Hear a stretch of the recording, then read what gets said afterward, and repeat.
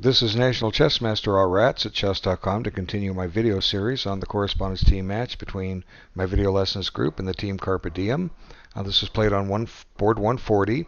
Our man is noresign, rated mid-1600s versus mid-1500s. Noresign won this game.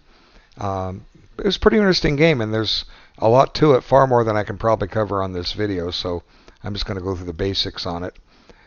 White plays a slow system, but it turns out he's playing a stonewall. It's one of those openings that really doesn't need much preparation. And here comes the stonewall. The drawback with the stonewall is this bishop.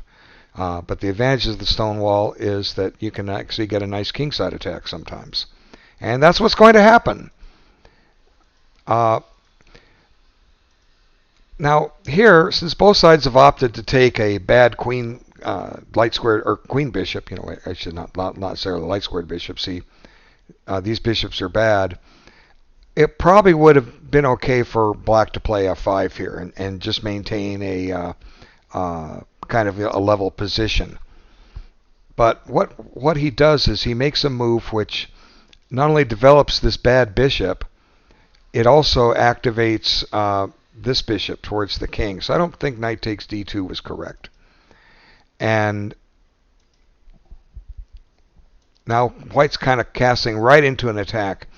Black's counterplay is going to be met, or is going to be this break here, attacking the white pawn chain.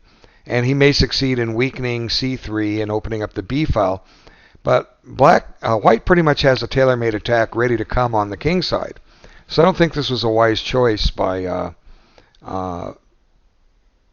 black. And now black's still completing his development.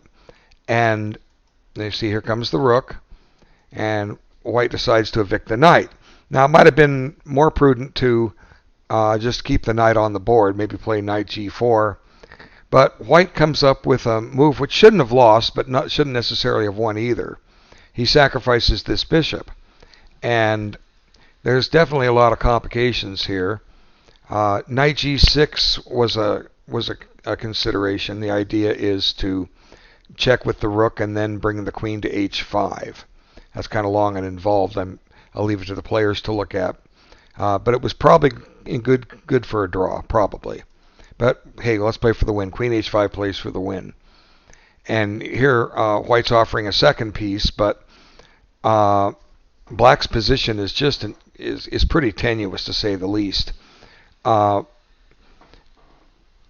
Black's had two pieces, but he also has two pieces that aren't helping any.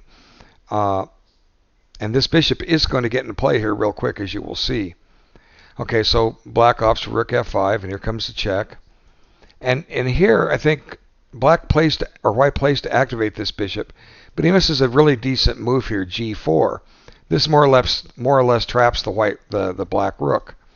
See, where's the rook going to go? It's going to be capped. Well, it can go to g5, but then it's going to, moves like e4 are going to come in, and this bishop gets active in a hurry. Let's see, rook g5, e4, and we're going to try to save this guy. Well, watch out. There's this very dangerous check coming, and white may even be able to play it here, just rook check. So the only other option would be to jettison this rook. Since we're up two pieces, we can throw some material back. Now black's getting some defenders over near his king, but I think white's okay. Could be okay here. So I'll leave it to the players to sit down and analyze that possibility. Maybe they considered it, just didn't take it far enough. But that's what you do in correspondence chess. You get something like this, you spend hours on the possibilities. Anyway, white plays to get the bishop involved, and black decides that I'm getting my king out of here, which is probably not a bad idea. But meanwhile, white's getting a pawn, and now he steps into a pin. The black bishop on e7 is now pinned, and here comes that b5 move I was talking about. But black's just trying to get some breathing room over there, trying to get that king somehow out of danger. And Once again, white passes on playing g4. This move could be a nuisance.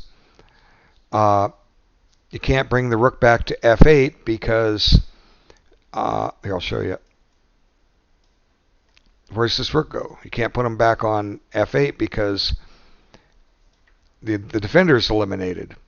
After knight takes, queen takes, and white's doing fine, even though black has 2 pieces for the rook.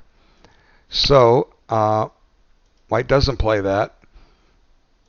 Oops, he plays bishop f6, and black's still scrambling, trying to get out of danger here.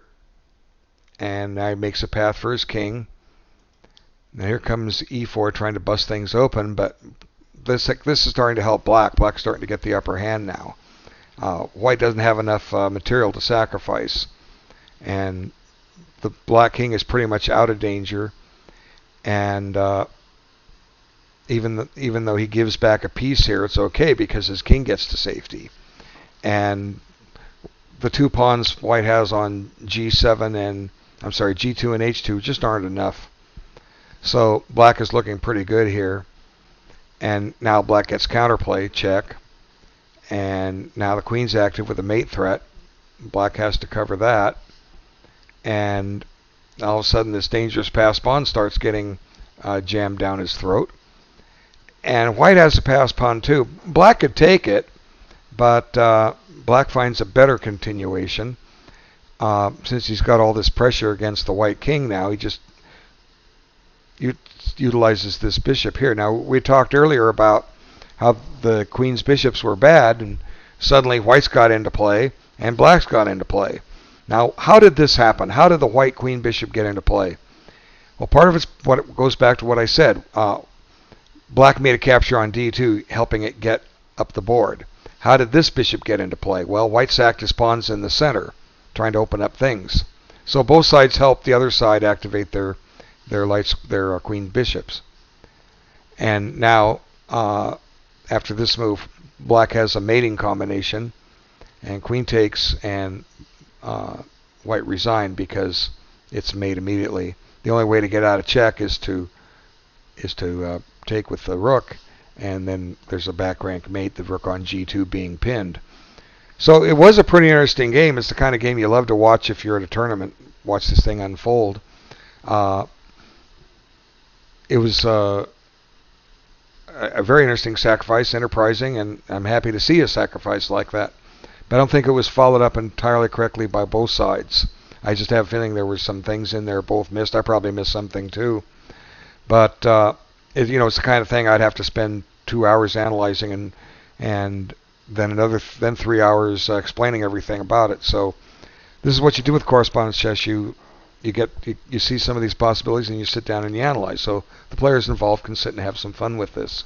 Anyway, thanks so much for taking a look at this, and I'll be back to make more as soon as I can. Thank you.